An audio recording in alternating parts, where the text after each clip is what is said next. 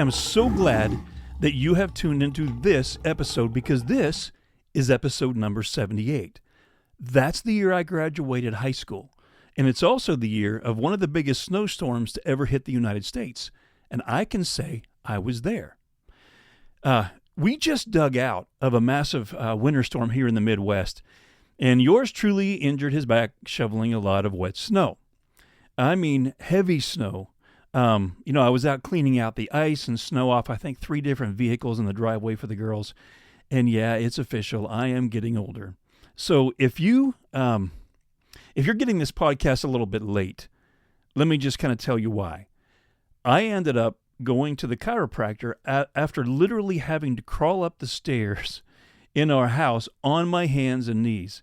Yeah, nobody saw me. But that's when I knew I was going to need a little help, more help than just, taking a few ibuprofen and calling it a day. When I was a kid, my Uncle Bill, he used to always say to me, you just wait till you get older because it ain't for sissies. Boy, was he right. I'd have felt a little better about hurting my back, if it was more like because I did it, dragging out like a 200-inch buck, or maybe I was lifting weights. But no, I was shoveling that white fluffy stuff that falls out of the sky. But at least it wasn't from getting out of bed wrong. I hear so many guys say, when you get older, you don't hurt yourself doing big things. You do it like doing small stuff, tripping over something or falling out of bed, whatever.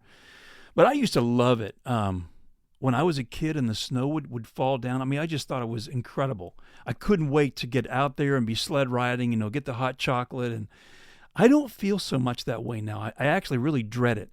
Stacy was really pumped when she saw this storm coming. She's like, hey, we can get a fire going and make hot chocolate. And all I can think about is, yeah, and I'm going to be the guy that's going to be out there shoveling all this stuff. But anyhow, I lived through it. Went to the chiropractor this morning, and I'll go again tomorrow. I got to fly to Florida on Thursday night as I get to speak down there for a men's retreat Friday and Saturday. But anyhow, when I was a kid, I was telling you that I used to love, the snow. And we lived probably about 100 yards from one of the best sled riding hills in Pennsylvania. I mean, really, it was an awesome hill. It's right where I grew up in a little town of Rocky Grove. And it was a long, flat hill that flattened out at the bottom where the elementary school where I attended, like from 1st to 6th grade, was located. And we used to pour water down the hill, at the very top. And we poured over the snow, bucket after bucket, because it would turn that snow into ice. And then the hill was crazy fast. You couldn't walk up it, but going down, I mean, it was like supersonic sled riding. It was awesome. And I'm sure today's parents, they probably have something to say about that. But this was the baby boomers generation. That's what I grew up in. So if you could dream it up, you're probably going to do it. And yes, it did make it faster, but you would get going so fast that you could not slow down. And the problem was, the wall of the school wasn't that far after you got to the very bottom. I mean, it was maybe 25 yards, but when you're on ice, you can't get stopped. And I actually, one time I got going so fast that I ran head first into that concrete wall. I broke my nose. I probably got a concussion. But back then, you just kind of, shook it off, get back to the top of the hill and do it again. But now you had an awesome story to tell. And, the stories and the memories that we made back then are ones that, we keep until the day we die. If any of you guys that used to hang out with me in the Grove, and if you listen to this, you know exactly what I'm talking about. We had 2 more places we used to sled ride on that same street, actually, but across the road. One was called the Cow Path, and it was a steep hill at the top, and there was a big jump you would go off of, and you'd get airborne, and then probably how I hurt my back originally, to be honest with you. And then there was another one, but it was down around the corner. We called it the Torture Trail. And it was really twisty and windy. But like I said, if you could dream it up, you were doing it. I mean, it was just, what a great time to be alive. But this was during the blizzard of 78. And let's see, I would have been 18 because I had just graduated high school. And it was the opening day of buck season back in the hills of Pennsylvania. And Dad and I were wearing probably every bit of long underwear that we owned. I mean, the wind chill was terrible as well. And we had those felt pack boots, if you can remember those things. They probably weigh like 20 pounds each. And we had like a Wonder Bread wrapper around each foot to try to keep our feet dry. And I wish I'd have had someone who knew better back then, ask me that question. So how's that working for you? Because if you know, you know. It just made your feet, just sweat and smell really, really bad. But it's all we knew. But the area where we were headed to hunt on opening day was plowed, mostly. But Dad, I had an El Camino back then, and he put a couple of extra 50-pound sandbags in the back of that El Camino to get better traction. It had, I'm trying to remember, we had a positive track rear end in that, but it really did help, whether you had a load of wood or whether you put extra sandbags or whatever in the back, especially if you got into deep snow. Going out into that nightmare, Dad packs, extra food for us. He packs extra water and blankets, just in case we get stuck or maybe have to ask for help. Dad grew up, he came out of that World War II generation, and it's just, they were always prepared. So when we arrived at the location, we turned down this dirt road where you could barely make out that it was a road. And the only way you could tell is that a few pickup trucks had already gone down the road and down this real steep hill, and they had, left tire tracks so we could see where to drive.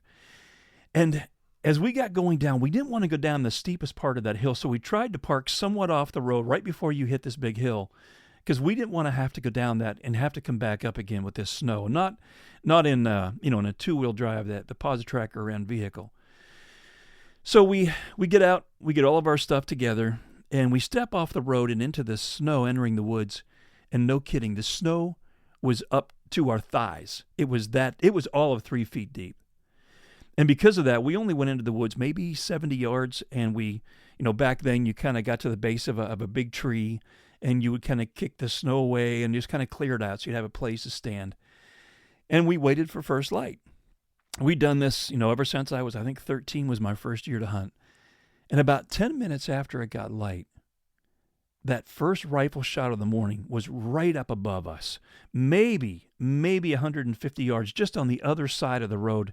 And, I kept watching like you do. When you hear a gunshot that close, you're really paying attention. About 15 seconds later, here comes this deer busting across the road as hard as it could in this deep snow. And it was going to run broadside right to us at about 20 yards. And the snow was so deep that the deer really couldn't run.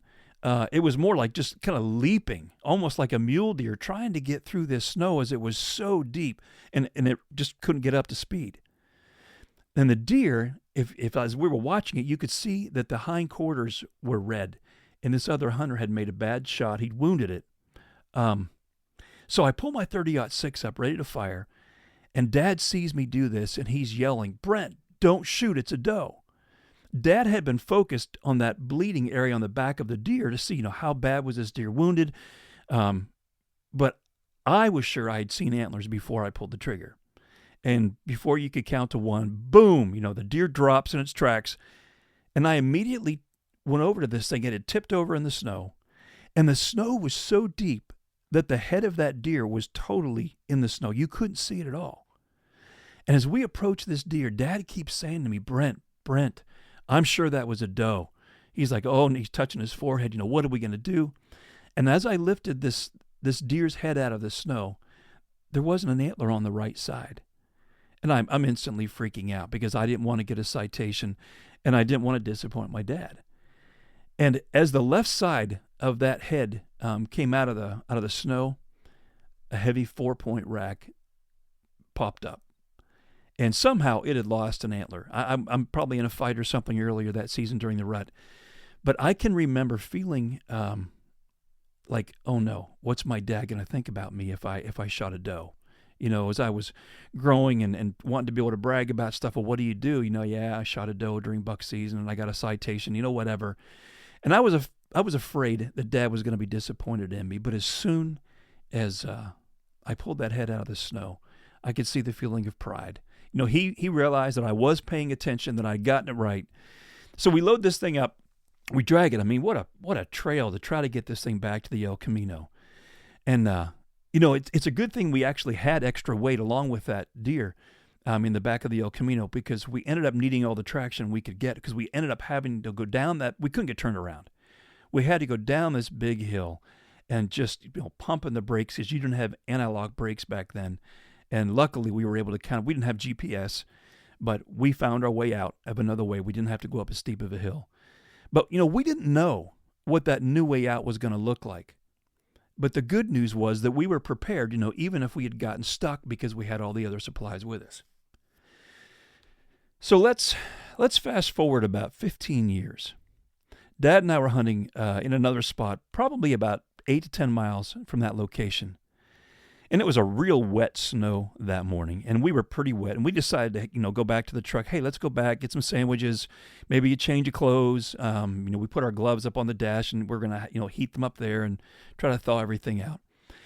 And I had a tree climber with me on my back that morning as well. So as we're coming back, I've got that tree climber, I've got my .6 over my shoulder, and as we get to my truck, another pickup truck pulls up on this snowy road, and I'm taking my rifle off, and the guy starts talking to me, and he asked me if we'd seen any bear tracks.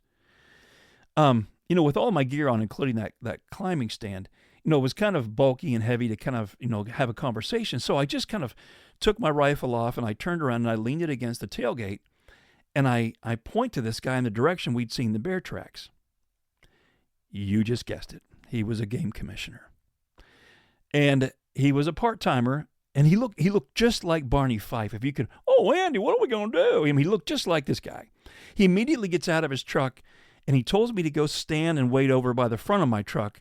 He gets back in his truck. My dad's looking at me like, oh, great. We get back around the front of the truck. This guy gets on his radio because he has to call for help. He can't write the ticket up himself. He was only a part-time guy. So he has to wait for his boss to get there.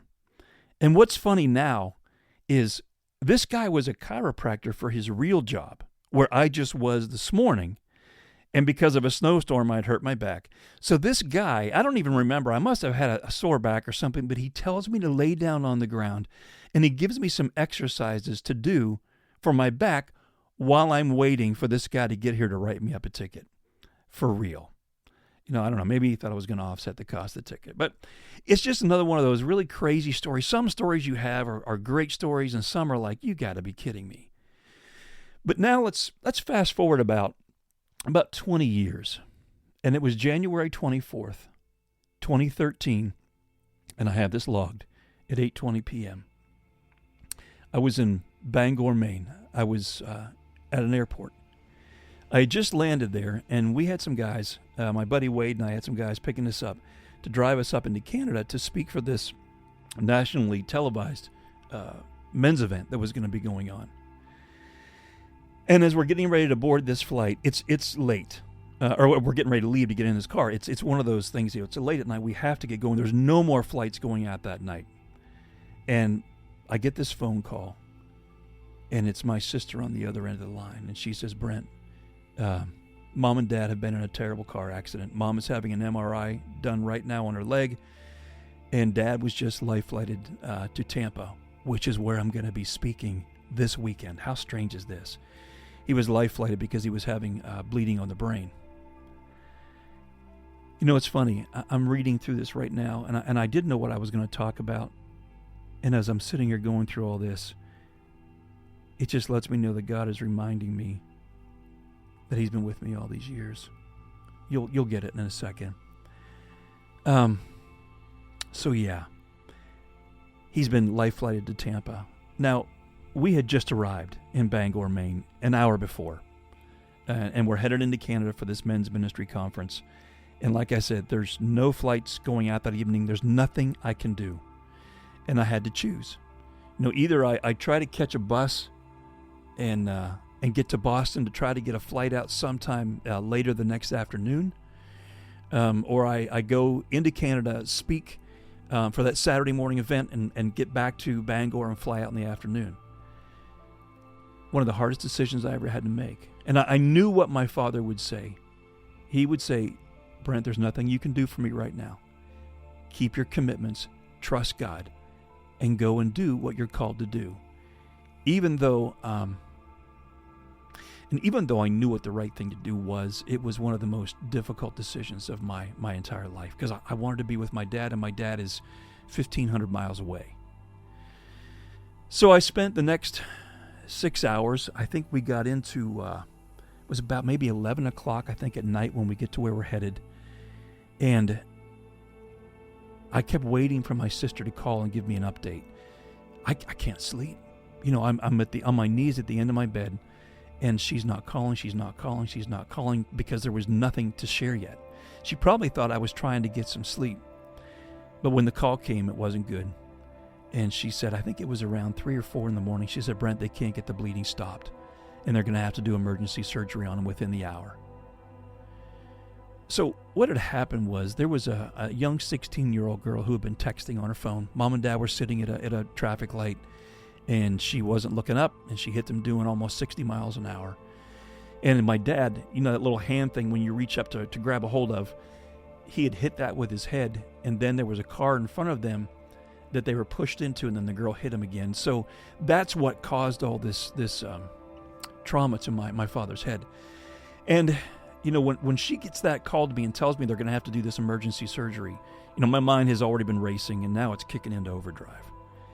And, you know, I'm just like, God, you know, right now I'm feeling out of control. There is nothing I can do to fix this situation.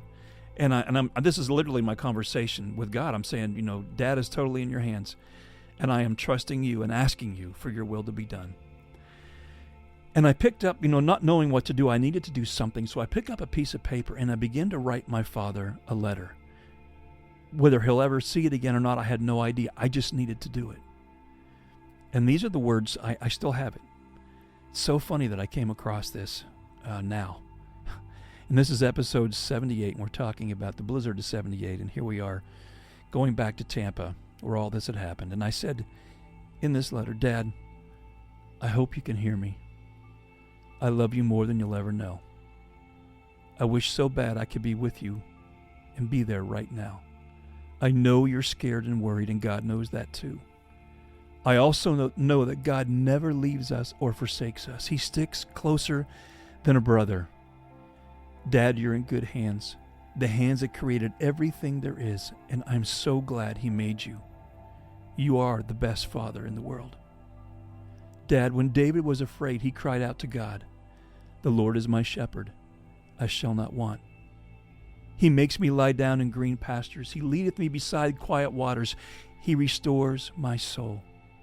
He guides me in paths of righteousness for His name's sake.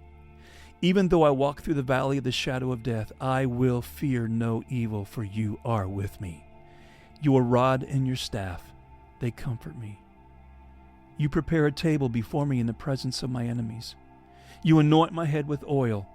My cup overflows. Surely goodness and love will follow me all the days of my life, and I will dwell in the house of the Lord forever. Dad, everything's going to be okay no matter what, as it's all in the Father's hands. I love you, and I will see you soon. And like we always say to each other, Dad, I love you more than you'll ever know. Your son, Brent. Dad would end up passing away months later. And I would be there to sing him songs and tell him stories when he did pass until he took his final breath. He had had a massive stroke. But he prepared me my whole life for difficult circumstances. And now it was my turn to walk with him, you know, through these trials. And there's a verse that I want to share with you guys that I've come to hold on to in difficult circumstances, and it has seen me through the toughest times. I love this. These are Paul's words. And he says, because of the extravagance of those revelations, and so I wouldn't get a big head, I was given the gift of a handicap to keep me in constant touch with my limitations. Satan's angel did his best to get me down. What he did, in fact, was push me to my knees. No danger then of walking around high and mighty. At first, I didn't think of it as a gift, and I begged God to remove it. 3 times I did that, and then He told me, my grace is enough. It's all you need. My strength comes into its own in your weakness. Once I heard that, I was glad to let it happen. I quit focusing on the handicap and began appreciating the gift. It was a case of Christ's strength moving in on my weakness. Now I take limitations in stride and with good cheer. These limitations that cut me down to size, abuse, accidents, opposition, bad breaks. I just let Christ take over. And so the weaker I get, the stronger I become. That's 2 Corinthians chapter 12, 7 through 10 from the Message. And as I was doing this, I came across a quote from Helen Keller. If you can remember, many, many years when she grew up, she was blind. And she penned this. I love this. She says, "Death is no more than passing from one room into another. But there's a difference for me, because in that other room, I shall be able to see." In Dad's final days, he had a massive stroke. He could no longer communicate, and for all we know, he couldn't see, as there was no response when we moved things back and forth in front of his eyes. But when he took his final breath, Dad was able to see something that we could no longer dream or imagine, for he was in the presence of the one who created everything there is. This weekend, we were hit with a huge snowstorm here in the Midwest. The schools and businesses were closed. Grocery store shelves got empty really fast, and everyone was stocking up for what they were about to face. They were preparing to be prepared. My dad was prepared back in the blizzard of 78, and he was prepared when the accident happened. That was in 2013. Dad knew Jesus, and he had taught his children to know Jesus as well. Dad left a legacy of faith and trusting in God no matter what. Guys, 2025 promises to be a year that I'm sure is going to hold a lot of unknowns. If it's any crazier than 2024, we know it will. But one thing we can know is that the one who made it all put you in it for this time, for his purposes. So just know that no matter what gets thrown your way, you have what it takes. So let Christ take over, and remember that in your weakness, he is made strong. We'll see you next time.